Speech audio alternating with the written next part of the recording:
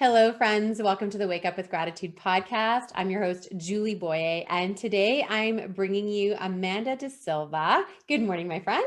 Good morning. I'm So so great to be with excited. you. Me too. Yeah, this is going to be fun.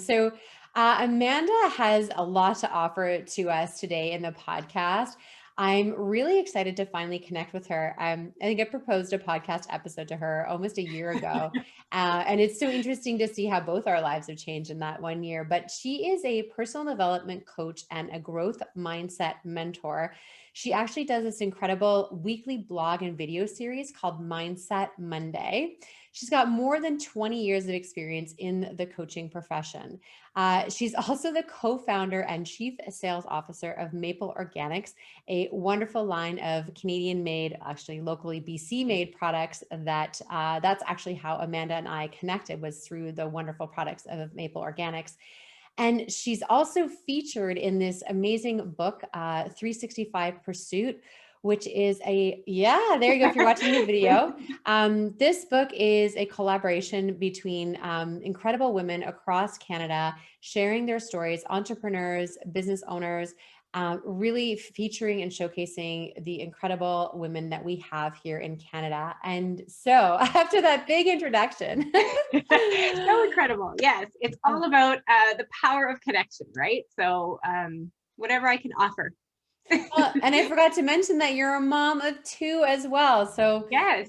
and I think one of the things we're going to talk about today is leveraging time, because after I read all that and share that you're a mom, I'm like, how does she figure that all out? But I always like to Yes. start the podcast with a little bit of my guest stories. So, you seem really organized. You've got a bunch of things going on. Like, did you grow up this way with like always wanting things to be organized and with this like happy mindset?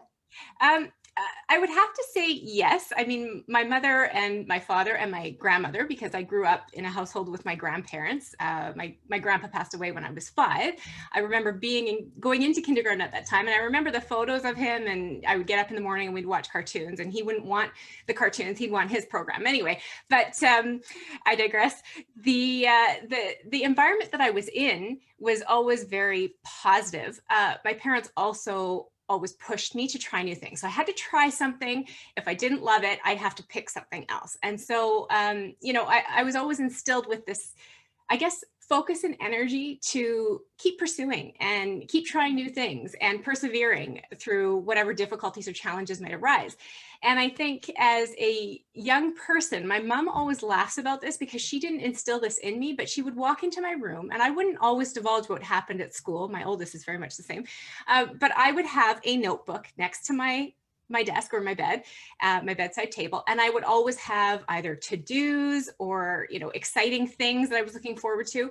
And one funny little aspect that I also used to get it really excited about, this is a funny thing about me, is that on my bed, when I bought a new pair of runners, so I was very much into athletics in high school, I would sleep the first evening. Like my runners would sit on my bed, and I would sleep with my runners. Like there was some intuition, I don't know, they were going to help me reach new levels in my basketball, volleyball career. I don't know. But, I have always had these funny little nuances and things that I've done, whether it be by the environment that I was brought up in, or just, funny idiosyncrasies that I guess I came up with along the way. So I've never heard that before. Sleeping with your running shoes. yeah. For luck. That's awesome.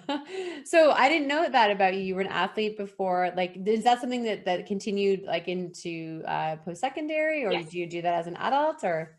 Yes. So basically in high school, I was always like athlete of the year. So I took part in soccer, Wow. volleyball, baseball, long distance running, all of those sports. And the funny part about it was, in elementary school, we had a PE teacher, Mr. Fort, actually. And so he was totally into marathon distance running. And so that's all we ever did. And I signed up for that program. I was there early in the morning, and we ran, and we had those little stamp cards. And so I was eager to get up, get going, and do that. And so I built up my endurance through that program, but we never did sports, and I never understood it. So then when I got to high school, I tried out for all these teams, and then I became the captain. And I think it was just due to my leadership capacity. It definitely wasn't due to my skill, because I had no skill per se coming in, but I was determined and a hard worker, and I persevered. Like I was that that child that got up in the morning. My boyfriend would walk me, 6 a.m. It was dark out, get to school. I would have basketball practice. He would do his homework or whatever that was. And then after school, I'd be shooting hoops and practicing with him. So yeah, it just determined, I guess. So that was part of it. And then I actually had my teachers in high school said, no, you're a natural born leader and teacher. You must go into teaching. Originally, I wanted to go into law. And I said, okay, no one in my family has ever gone to post-secondary. So sure, let's sit down, let's fill out the paperwork. Thanks so much for your references and help. I was admitted to UBC and I went through human kinetics. And so I also continued to play volleyball recreationally. And then I was involved in a few car accidents that debilitated me and couldn't continue at that same level. So yeah. Wow, that was a lot. And it's so really interesting, Amanda, that I don't think we knew this about each other, but I studied kinesiology. Oh, wow. Yeah, at We have so much McMaster. in common. McMaster. Oh, cool. Yeah, back in Ontario, because I'm from Ontario. So I studied kinesiology, but I was not an athlete. I was an athlete before I went to university. That's just a whole other story. Yes, it always. All right, friends, we're bringing it back in because I had not one, but two packages delivered in the past 5 minutes and the dog was going crazy. So Amanda and I were just talking about this interesting coincidence that I studied kinesiology at McMaster University and you studied human kinetics at UBC, which we didn't even know we had that in common. That's right. The other thing I want to mention, Amanda, that is so funny is that, I also grew up with that same like natural born leadership. Like I was told by a lot of people that I was a natural born leader, but it took me a really long time to figure out that what leadership truly is and what it truly looks like, and really develop those skills. So I think this is a really interesting little side conversation we can have about, are leaders born or made? Like, Yeah. what do you think about that? Being that you've always had these leadership qualities as well. Well, it's interesting because we all have built-in talents. Like we have innate talents built in with us. It's a matter of sensing and being able to, I guess, look at the onion, like peel those layers and really get to the crux of everything and figure out what is that really drives you, what gives you that passion and that purpose. And over our lives, there's many purposes, right? We change and evolve based on the circumstances we're in. And so I believe that leadership is made, right? When you get the necessary skill sets and you surround yourself with people who also know how to lift you to that level that you're capable of and breathe belief into you, then you yourself become better. And I believe that if everybody leads in some capacity, it's whether you choose to look at it from that standpoint or not, right? I mean, if you have a family, you're leading your family every day, you're convincing them, you're even in sales, right? When you're trying to sell your child on what they're going to have for their lunch that you're packing, or put on those socks and get out that door, we all have those skills built in with us. It's that intuition, but also I think the intentionality of knowing what to look at and how to bring that to a whole nother level. So leadership is definitely something that anybody can be fantastic at. Mm-hmm. Yeah. It's so funny you talk about being sales in your family. Our kids are honestly the best salespeople. I mean, my daughter, it took her 3 years to sell me on getting a leopard gecko. Oh, that's but we have a leopard gecko now. So I don't know about your boys, if it's the same, but if they're determined to get something, I feel like they just keep asking, right? That's right. Yeah. Ask and you shall receive. That's what they say. But my eldest wants an owl for his birthday. I don't think that's happening. I know I'm very solutions focused. Owl?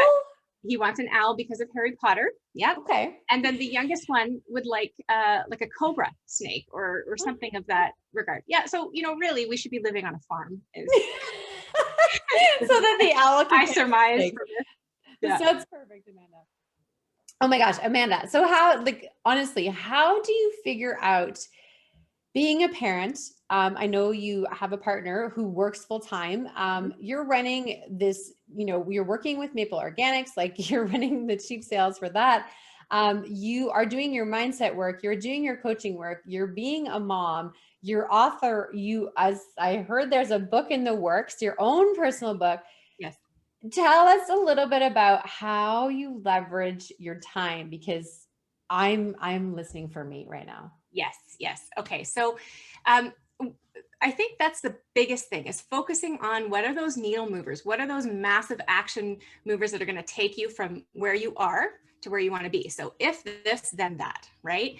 And you have to sit in that space, and you have to have, I believe, that quiet time. So whether it's a walk in nature where you can connect spiritually to what you're grateful for, that's what your gratitude, your podcast and your videos are all about, right? So it's getting that inner energy and that gratitude for life and the gratitude for the smallest things, and bringing that in full circle. Then you're able to feel open to life's possibilities, right? And opportunities that come your way, and see them from a different lens, a different standpoint. Where there's a problem, there's always a solution. And it's funny because Dean Graziosi and Tony Robbins, they just did a whole feature, right? They said, whatever is your mess, there's a message there. So if you lean into that and you're able to extract the main points, you can help a greater audience, right? You can make greater impact. And I fully believed in that. So, the first thing is harnessing your energy, making that connection, that gratitude, so that you feel good about yourself. Because when you feel good about yourself, it's like Maslow's hierarchy that we learn in education and probably human kinetics. You have to have that basis. It's the to get to self-actualization, which is the top of that pinnacle of a triangle. You first need to have love and your needs met and belonging, right? So when we have that, we can then move to the next level, right? So harnessing your energy, and then really honing in on what are those main things that keep you alive and vibrant and excited about life. And from that, what is going to take you to the next level? For most people, we all have financial goals and we all have financial needs, and those have to be met, right? So we have to break that down and look at what is going to get us to where we need to be. Now, I've realized, even in the mess that I went through in COVID and where I am now, I am so much happier, have so much purpose, even though then in my job, I had great sense of purpose and I knew where I was going, but it led me to a new level, right? So here's my purposes. I'm going to another level. So with any growth, there is pain, right? There's difficulties and there's struggles. And so you harness that and you honor where you're at and where you're going. And so if you have somewhere to keep going and you have that accountability mentor coach with you, they can help you get to that next level, right? So it's the energy where you want to go. And then it's to leverage things. You have to then realize, okay, how much time do we have in the day? Well, we all have the same amount of time. Okay. So some people are making it, they're 10Xing, 50Xing, whatever. And then some of us are not yet there, but we have the skills and the capabilities. Maybe we just need to, bring it forth in one area and be challenged in another to move in that direction. Right. So with your time, that becomes very intentional and purposeful too. It's like, what am I spending my time on? And what can someone else do that frustrates me? I mean, for me, social media, if I could give, and I love interacting with people. So I'm all about connection, but if I could give that part away, I would, right? So time or money. So if I could pay someone to do that, but still be me and still be able to connect with people and give that, that personal connection in a specific way, but have someone else managing all the busy parts of marketing and promotion and all those sorts of things, I would put that aside, leverage my time by having someone else do that while I focus on the creative, right? So if it's writing my book and having block time to focus on that, or developing my new course, you cannot do that in a chaotic mode, right? So I very much look at my time, and then I have to crush it. Like I have to go, okay, this is my time. I plan it the night before so that I'm ready to go, because unlike you are the guru of the morning person. I've read the 5 a.m. book and I grit my teeth, but I go, I can do an hour earlier. Yes. However, it's that management of time, right? Yeah. And focus. And then the focus and the leveraging, that's where that comes in. Because what am I focusing on, and what am I handing off with clarity? Very clearly, that I can then say, okay, I need this done, and have someone else doing those aspects, or setting up automation, which is my new fun friend, because I've been listening to a whole bunch of network marketing gurus and those types online that have done this for 10 years. And I'm going, right, so you've done this, you are where I want to be. what do I need to learn? Like, what can I absorb as a sponge? And so things like this, you know, developing my Facebook ad campaign. I don't know if you can see. Oh yeah. Isn't that cool? Yeah. Right? So sorry, there. Yeah, You there's a can kind lot of of see. So detail. all of these aspects, there's a lot of details. And I have to write the copy and I have to do a video, but it's really neat because I can get someone else to program that. And then I just have to run the ad and have things come in. But needless to say, that took me a lot of time and many nights working on it, but it didn't feel like work, right? It was part of, I know I'm doing this because I want to go here, right? I'm doing this so I can get that. And so automation has become my friend. So where tech used to be my, my scary place, I've just learned to embrace it. I've learned to look at it from a different. Amanda, you shared so many great ways for us to manage our time, which is. I don't hear you. Okay, let's try this again. So Zoom froze on us twice in a row. So Amanda had just finished sharing some of the really incredible ways that she's leveraging her time. And I think just to summarize, the most important thing, first of all, is to have clarity on what you're doing and where you're going and knowing what your passions and your strengths are and focusing there. You mentioned outsourcing. And so getting someone else to do the things that you don't do as well as, as someone else could. So you're either going to spend your time or your money, and that's deciding what's most important. And then you mentioned automations, which yes, automations definitely make life a lot easier for sure. So these are really great strategies for not just entrepreneurs, but busy parents, right? Where in my life can I outsource? I have to say that, we invested to get a wonderful woman who cleans our home. And it's not that we can't spend that time, but it made more sense because my husband works full time and he also does streaming part-time on Twitch. Right. And, me with my business, like my hours are kind of all over the place and I fit it in whenever I can. And we have a child that we homeschool. So it made sense to pay someone else. And she does a great job. She does a better job than we do. Right. So it made sense for us to leverage out that task for sure. So I agree with you. And it's hard sometimes, right? When you're not making a lot of money in your business, you're like, can I really outsource? But it's like, but if your expertise are here and you're spending all your time over here, how are you going to make more money? Right. That's right. And you can find little ways to chip away and still have joy. I mean, I had a bad habit. Well, it's not a bad habit, but I love Starbucks, right? So that's just something about me. And so now I use it as a treat, like a reward, right? So as part of my habit, sometimes Starbucks rewards me for a free drink. And I'm like, yes, if I get this done, I'm going to go grab that. I'm going to go on a walk. And I get so excited about that. It's the littlest things. And other times I think, okay, I need to get this done. So if I, just scrap that for a week, that pays for it right there. Right. If I were to have gone every day. Right. And so I think you find creative ways. If you want something bad enough, or you want your circumstances to change and you want to be in a different place, you make the changes. Right. So. Well, and also when you think about it, if you're employing someone else, right, you're also helping economically. You might be helping someone with their own economic situation. You might be helping them to, maybe that person just needs one more client to make their ends meet, right? So there's also the other side of it, is that by leveraging and outsourcing things that you're not as good at, like it's really interesting. I didn't outsource my audio for my podcast for the first year. I did it myself. And I thought, I was like, oh, I can't afford to pay for my podcast, but I was like, I can't afford to spend 3 hours doing the audio when this audio engineer that lives in my community. So I'm like literally supporting local. He can do it in like an hour, right? So I'm paying him what he's worth for his time. And then I gained back the 3 hours. So I actually saved money if you look at it that way. Right. And if you look at it that way, you feel good about it, right? I feel good about it. Exactly. I do feel really good about it. Yeah. So Amanda, before we started recording, you shared about a really difficult challenge that you went through with a school that you were working with, and a really difficult legal situation.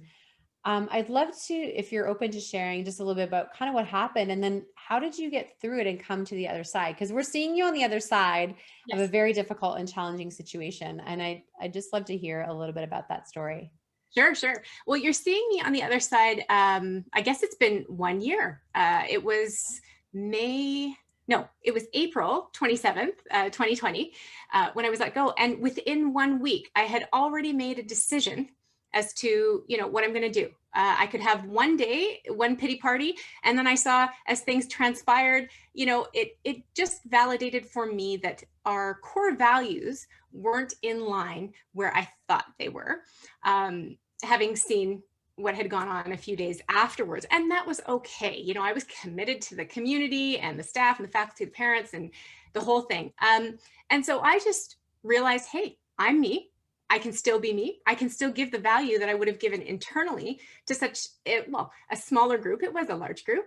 But now I can offer this to the world. So I can go online, and COVID has taught us that. And so let go of those self-limiting beliefs that I don't like to do video and I'm not good at this and I'm not, and just do it, right? Like Nike says, just do it. So that a week later, literally, I was already working on a website with a web designer. I was writing copy. I was doing Mindset Monday. And that inspiration actually came from what I was doing internally at the school that I was part of, is that many people, once I had one-on-one conversations with them, and I did this yearly with part of their professional growth plans, is that I looked at personal and professional development. And Jim Collins, Good to Great, right? He talks about a hedgehog concept and how you have to have all of those things in line. And ikigai, what are those Japanese terms? It talks about, like, what are you excited about? Like, what are you passionate about? What gets you out of bed in the morning? What does the world need? What are you good at?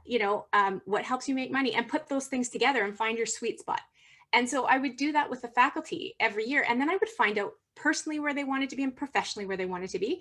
And even if it wasn't in alignment with where we were, I was able to help them extract and pull out the necessary aspects of their role or position or job and bring it to life and make it exciting and have them look forward to where do they want to go? Do they want to progress within our organization? Or is there something bigger? Like they need professional development that would make their life that much more richer.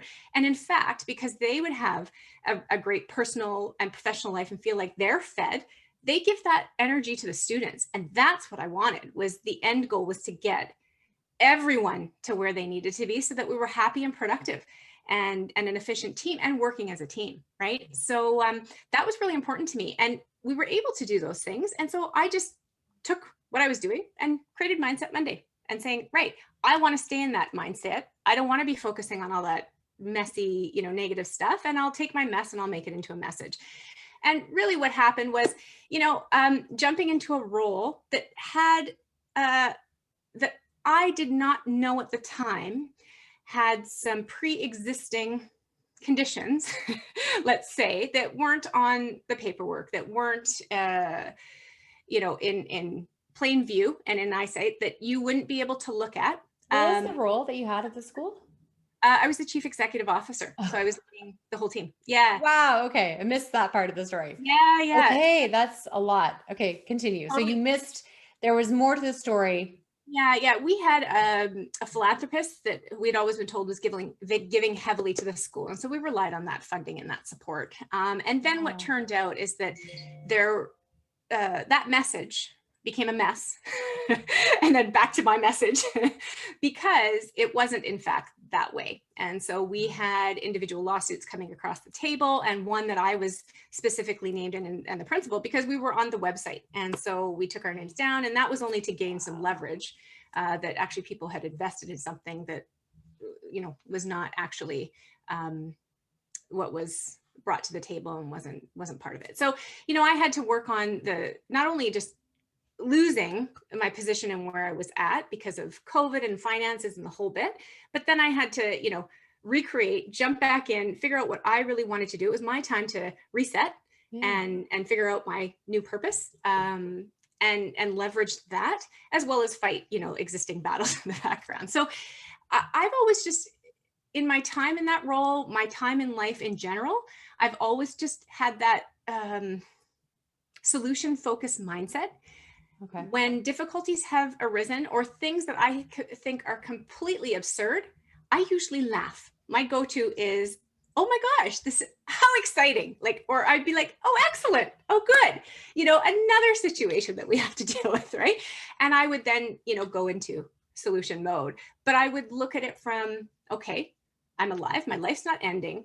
What's the next right action? What's the next right action? And so that's how I kept going. And we had humor attached. The faculty and staff had said, "Oh, you're going to gain your gold runners by the end of the year." And there were funny things built in with that, because I had been running around and having to deal with things that no one should have to deal with. But I was doing that, and I was doing that quietly without, any sort of help and support from above. So it really boils down to mindset. Like, I am such a big proponent of that, because you can get through things, you can move through things, and you are stronger than you think and you believe. You have to believe it.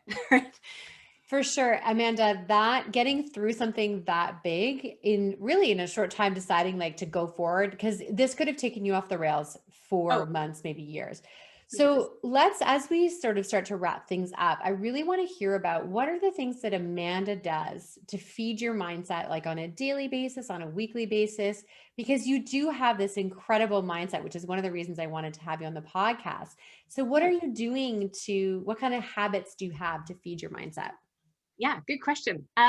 Well, you have a Wake Up with Gratitude podcast, and I think that is essential. Everybody's way of connecting with gratitude is different. But you need to find that, whatever that might be. You can be grateful for the fact, I don't love being out in the rain. I don't mind it. But if I look at it from a different point of view, whereby, oh, it's feeding the plants, I don't have to water today. That's excellent. I look at it from, I love the sound of the rain hitting the window. There's always something to be grateful. So you need to train yourself and train your mind to find those things. And you don't have to write them down. It's better to write them down, because you can then go back and reflect. But if you're not going to do anything, I'd rather you, even just when you wake up, take a couple moments and think, right, I'm awake, I'm alive. There's other things happening in the world. There's COVID and people are losing their lives. Like, I am happy that I am healthy and alive. I mean, there is power in just that, right? That you have the freedom to do what you want to do when you want to do it. I'm grateful for my children and healthy, and they're, even if they're jumping around and providing chaos, and thinking, right, they're happy, right? They're kids, they're alive, I'm up. Connect to love. The love is one of my key core values. If you can find love in other people, I mean, even if they are grumpy and they pass you by in a day, right? It's incumbent upon you to give that, because you don't know what the person in front of you has been through, and something very upsetting could have occurred. And if you were that one bright light in their day, great. So for me, it's a giving standpoint. And so gratitude, that I wake up that way, I go to bed that way. And then in the morning, I always make sure I eat a healthy breakfast, and I provide that for my children as well. So that morning connection is very important. I get to see my children in the morning before they go to school, and then I get to see them right when they're done school. And I didn't have that before. We had a live-in au pair. So that's part of my routine right off the bat. Then I have an exercise bike, and I have certain tasks that I need to accomplish. I focus on those things first. And if I can do that while I'm exercising and multitask, I do. And I try to hammer the things that I need and want to do first, without looking at my email and other people's requests upon me, before I tackle that, right? So I am very intentional in the way that I schedule my day. And then my crush it time is the children are at school. So it's like 9 to 2 in there. I have to find time to eat my lunch, let the dogs out, maybe take them for a walk. And they're my why too, because they keep me grounded. If I'm working at home, I need to remember to take a break. So every 50 minutes, an hour, right? I've got to do that. That's part of my habit, to train myself, to give myself the energy and have that positive mindset, so that I'm not just sitting and sedentary and working away 24/7, and I don't have any sort of joy. So that connection again to something greater than me, that I must do, that I enjoy doing. There's just so many aspects. And I get really excited, and that's kind of the geeky part of me, is I listen to podcasts when I can. So if I am doing activities, having to put things together to mail them, or quickly do the laundry or throw that in or clean something up, the podcast goes on, right? So I'm always feeding myself with positivity or new ideas. And at the end of the night, my joy is reading for half an hour. My husband loves TV, but we have our separate things, and we're good with that. But I love absorbing new positive ways that people think. And I really truly just love people. So their stories and how everyone connects, right? So I'm quite intentional as well on social media. I write in my planner what I need to do and what I need to post, and then when I need to connect and comment. So unless there's a big emergency, I won't be on there. But I am intentional, very intentional with that too. So it's yeah, intentional block time and really paying attention to the aspects that keep me alive and vibrant and things that I can share. So Awesome. That was so helpful. Thank you so much, Amanda, for taking us through your day like that. I love it. you're welcome. Amanda, you have shared so much wisdom in a very short time, and I know that you create a lot of incredible content to inspire people, to direct people, to help them to learn. Where's the best place for people to connect with you? Oh, thanks for asking. So I would say my website, if you go Okay. to www.amanda-desilva.com, on there you will find my Discover Your Purpose course, and it could be purposes. You will have that for a lifetime, and you have a 365 money back guarantee, because I believe in it so much. It's curriculum that I've completely designed. So it's a 4-week course with a 5th week bonus. The first thing is mindset.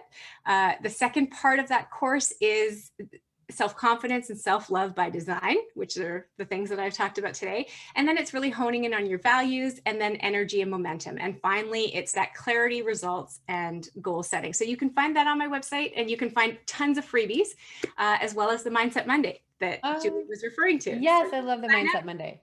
totally Make sure free. get on the Mindset Monday. Thank you so much, Amanda, for being with us today. You're It's been welcome. such a joy, and I can't wait to share this with my community. Yay, my pleasure.